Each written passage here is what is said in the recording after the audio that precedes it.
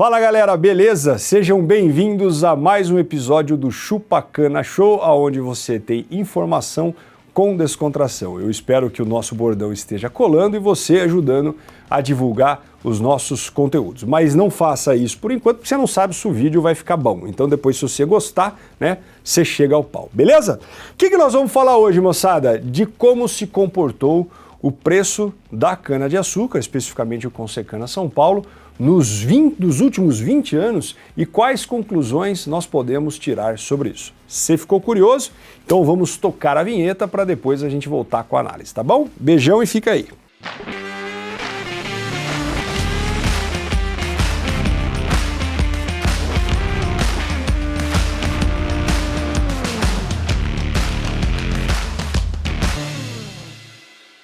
Pois bem, espero que o pessoal da edição coloque este vídeo na minha bela cabeça, né? E o que nós vamos falar? Para você que assistiu o vídeo passado, onde eu falei da evolução do CTT, você já está um pouco mais consciente da questão do preço real e do preço nominal, mas caso você não tenha assistido, eu vou começar a análise do começo aqui, então peço para você que já manja um pouquinho de deflacionamento, um pouco de paciência. Pois bem, o que nós temos nessa análise aqui, pessoal? Primeiro eu tenho um recorte histórico, desde os anos 2000, certo?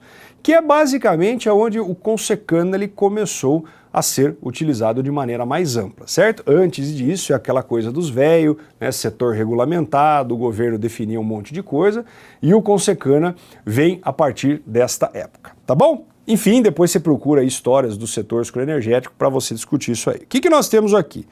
Esse verdinho mais claro, verde água, como as meninas gostam de chamar, ou o que você quiser, ele é o preço nominal do Consecana São Paulo, né? Então, se você perguntar para mim ou acessar a base de dados históricas dos circulares, né? O Consecana nos anos 2000, ele foi alguma coisa aí perto de 20 centavos. Em 2001, também 20 centavos. Em 2003, 2002, desculpa, foi um pouquinho maior. Se você for caminhando, esses são os valores até chegar efetivamente aí no último valor fechado da safra 21-22, do valor lá de 1,17 que fechou. De novo, depois você procura os valores. O que é essa série, pessoal? Essa série são os valores nominais, foi os valores que a gente tem realmente. E por que você não pode falar que o preço realmente saiu de 20 centavos e foi para casa aí dos seus 1,17, né? Então, nominalmente foi isso que aconteceu. Mas lembre-se que nesse processo nós tivemos um processo de inflação. Então no vídeo passado, se você não assistiu de novo, eu convido você a assistir, eu dei o exemplo da figurinha. Você já deve ter comprado algum pacote recente de figurinha e ter pago lá 5 conto, né, 4 alguma coisa do pacotinho. Você fala, porra, mas na minha época custava 50 centavos. Mesma coisa pro Kinder Ovo, né? Você vai comprar um Kinder Ovo, você dá o Kinder Ovo e dá o seu fígado junto, né? Porque é um valor relativamente para um ovo de chocolate. E na minha época custava mais barato. Por que nós não podemos falar que na minha época custava mais barato? Porque eu tive o processo de inflação nesse meio tempo, tá? Então, o que nós fizemos, né, e o que permite realmente você fazer uma análise histórica para ver se o preço está subindo ou está descendo? É você tirar o efeito da inflação. Os economistas que gostam de falar chique, e de certa forma são chatos geralmente, ele fala para você deflacionar, é o termo bonito. Então o que é o deflacionamento? É você tirar o efeito da inflação. Eu, né, já sou mais jarjão, eu gosto de falar que nós vamos inflacionar os valores lá de trás, que é justamente o que nós fizemos aqui, né? Então já agradeço sobretudo também um beijo para o time econômico aqui do PCE de Projetos. O que nós temos aí? Ó? Se eu pegar então os anos 2000, tá vendo que está na casa dos 20, 0,20? Esse valor é valor nominal. Se você inflacionar isso a trazer a valor de hoje, quer dizer que esses 20 centavos é, na verdade, a valor de hoje próximo dos 1,20. E assim por diante. Então, depois você printa a tela, a recomendação que eu dou para você, né, ouvir eu falando e fazer as suas anotações. O que nós temos, moçada? A linha de baixo é o valor nominal e a linha de cima em verde mais escuro é o valor real, né? Ou seja, aquela coisa tirada do efeito de inflação, tá? E aí sim a gente pode observar a movimentação. Então, algumas conclusões que eu quero ajudar vocês aí no racional. O que nós temos, né? Vejam que o nosso setor, e é até o mote, né?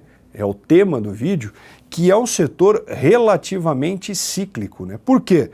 Você tem um ano de pico e veja que depois você forma uma barriga, você tem um ano de pico de novo, você tem outra barriga, um ano de pico de novo e assim por diante. Inclusive, note na ilustração que nós fizemos questão de marcar os anos de pico, né, nessa cor mais rosa, salmão, vermelho, o que você queira, tá? Aí nós mostramos nos últimos 20 anos qual foi o ano de pico. Tá bom? Isso daí dado até a safra 21-22 já de maneira consolidada e 22, 23 e 23, 24 são previsões aqui do nosso time, tá? Então assim, olhe que tem-se um comportamento relativamente cíclico, né? Você tem pico, barriga, pico, barriga, pico, barriga. Eu imagino você assistindo esse vídeo ouvindo eu falar pico e barriga toda hora, certo? Mas mais do que isso, se você fizer a contagem entre os anos de pico e as barrigas, vejam que eu tenho um primeiro ano, eu tenho os valores de baixa, se você contar, o intervalo vai dar de 5 a 6 anos para cada pico entre as barrigas, tá? Então assim, note que é um setor realmente cíclico, né? Apesar das diversas movimentações que nós tivemos nos últimos 20 anos, mas ele tem uma certa uniformidade de comportamento.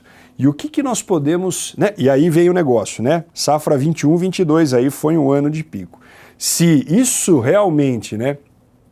Se esse comportamento ele se mantiver pelas próximas safras, nós estamos vendo nessa safra aqui uma baixa de preço e para a safra seguinte, a expectativa aqui do PCE de projetos é que isso também aconteça. E aí então o que são aqueles valores do lado, né? São valores de previsão tanto do ponto de vista real como de nominal para essa safra que fecha em março e para a safra seguinte. A gente sabe que é foda, né? Você fazer uma previsão, já é foda fazer previsão, né? E ainda mais diante de um contexto que nós estamos, certo? De um cenário doméstico aí com uma eleição na boca, ou pode até acontecido, já que esse vídeo, né, eu gravei agora no comecinho de outubro. E no cenário internacional a questão de guerra, então o que eu peço para os senhores e para as senhoras, né? Cuidado um pouco na interpretação dessas informações. De novo, né, como sempre, a gente aqui tenta observar a tendência. Então, resumindo um pouquinho do que eu falei, né, provável que o ano de 2021 foi um ano aí de alta, de pico, e a gente passe agora por uma movimentação de barriga, como nós passamos nos últimos 20 anos. Eu espero, sinceramente, que quebre essa série, esteja errado e o negócio só aumente, tá? Mas se continuar o que nós estamos vendo, é muito provável que esse movimento ele continue, beleza? O que mais eu acho que dá para falar aqui, né? Eu acho que aqui fica claro também, pessoal, a importância de um planejamento de médio a longo prazo na cultura da cana-de-açúcar e no setor escuro-energético como um todo, né? Recentemente a gente tem uma comparação muito forte com grão, certo? Soja, milho, etc. E eu brinco que do ponto de vista assim, né? Soja, milho, grãos de uma maneira geral, é como se fosse um namoro, né? Em 8 meses, 9 meses, um ano que seja, já chama cultura anual, né? Você plantou, tratou, vendeu e já vai ver o que vai acontecer. Então você tem um dinamismo de relacionamento muito maior. Agora a cana, ela é bodas de alguma coisa, é casamento, meu filho, é casamento. Então assim, a importância de planejamentos, né, de médio e longo prazo são extremamente importantes. Então, né? Como é que a gente pode observar isso daqui? Você tem momentos de felicidade e você tem momentos de crise. Então assim, né, você tem que realmente fazer uma análise temporal, né, mais longa. É aquela história, eu discuto muito com o produtor e usina, o que nós vamos fazer essa safra? A pergunta tem que ser, não é o que nós vamos fazer nesta safra. Desta safra, como eu estou numa cultura semi-perene, de certa forma ele já está definido. É como nós vamos tentar antecipar e planejar isso olhando um horizonte maior, um horizonte em que você tem um comportamento mais estável de alta e de baixa. Então, essa é a reflexão que eu gosto sempre de trazer quando a gente analisa isso daqui, tá? Sempre olhando, eu sei que é foda, né? Nós não conseguimos acertar nem o que vai acontecer agora em outubro na eleição e no cenário de curto prazo. Querer falar de 5, 10 anos é extremamente complicado, mas nós podemos tentar ajudar olhando o passado. Beleza? E para finalizar o vídeo, já que eu falei mais do que eu deveria, a Juliana falou, não é possível que você vai fazer um vídeo longo com um slide. Mas a gente começa a falar e aqui o coração se emociona, né? Isso aqui é importante nessa questão do planejamento, né, de médio e longo prazo. Você já imaginou, querido, por exemplo, o camarada que investiu numa irrigação? É algo que bomba, né? Uma temática que bomba hoje no setor sucroenergético. Ali no final dos anos 2019 e 2020, né? O camarada provavelmente ele teve seu retorno no investimento ou payback, como os chiques gostam de falar, né? De maneira muito mais rápida, né? Mas quem que vai investir com preço ruim? Ninguém investe, né? Então, mas de novo, se tivesse feito uma análise temporal, feito esse recorte, talvez você consiga posicionar melhor, né, as tuas tomadas de decisão e os seus investimentos. Nós não vamos ter um momento de baixa de preço contínuo para sempre, nem de alta contínua para sempre. No setor a gente viu que a gente tem essas barrigas e esses picos. Quer ver outro ponto interessantíssimo, né? O que aconteceu, Juliana? Chegou aqui no final de 2000, né? Você já vinha de 2018, 2019, 2020 com uma baita recuperação de preço.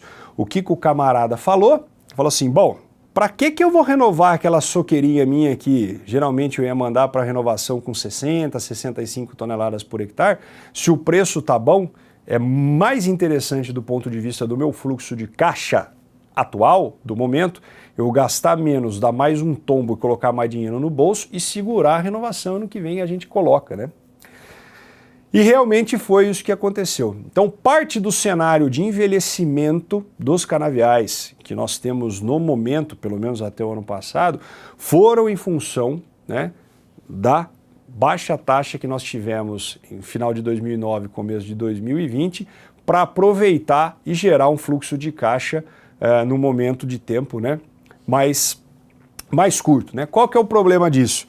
Aí dá uma explosão de preço na safra 21-22 e o seu canavial está relativamente envelhecido. O que eu quero chamar atenção nessa análise, né? Procure, por exemplo, ter essa formatação do quanto renovar, o quanto não renovar, nessa questão não somente do fluxo de caixa imediato, mas, de novo, mantendo uma programação mais constante, mais linear ao longo das safras. Porque a gente viu, né? Você tem essa movimentação de certa forma constante. Beleza? No fim, pode cortar aqui para mim, meu filho, o que vai acontecer, quem vai decidir o que vai fazer vai ser você, afinal eu não tenho canavial, né? Mas a gente pode ter esse tipo de recortes e se fosse fácil, estava pronto. Então, sobretudo, o que a gente espera com análises geradas nesse sentido, né? Apoiar a tua tomada de decisão. Beleza, meu filho? Mas então, em resumo, o setor, o preço, né? Ele é um setor cíclico. Geralmente esses comportamentos de alta e baixa se alternam de 5 a 6 anos. É provável que nós, a partir desta safra já aqui, tenhamos entrado num momento de lateralização e baixa de preço, que, como eu disse anteriormente, eu espero estar errado. E sempre olhando a cana-de-açúcar e o setor como um todo numa visão de médio e longo prazo. Beleza? E para finalizar, meu jovem, coloca aí na tela, todo vídeo não pode faltar, se você não baixou, vamos dar moral aqui pra gente, né? E aí, toda essa previsão de preço, essa ladainha que eu falei aqui para vocês, tem aqui no nosso aplicativo, calcula a cana, tem tanto para Android como para iPhone, você já sabe, basta entrar aí como é que chama aí, Juliana, da Android? Como é que chama, meu filho? A loja da Android ou na Apple Store lá que você vai conseguir baixar. Tá bom? Então acompanha, nós fazemos a atualização semanalmente quando está em safra dos valores de produtividade, ATR, etc. Mensalmente da previsão de preços que eu mostrei aqui para vocês e também safra, né? Aí a nível de safra nós temos os grandes indicadores. Então entra lá e baixa, tá bom? Espero agora sim que vocês tenham gostado do vídeo. Se você gostou, deixe o seu joia, se você não gostou, você deixa o seu desjoia, os comentários estão aí, chega ao pau, tá? Coloque considerações, futuras temáticas, eventualmente coisa que eu falei errado também, porque eu não sou perfeito, né, meu filho? E a gente vai gravando no tapa aqui, tá? Então, faça essa comunicação com a gente que a gente ouve sim, tá bom? Então, é isso. Um beijo nas crianças, um beijo no coração de todos e até o próximo vídeo. Tchau!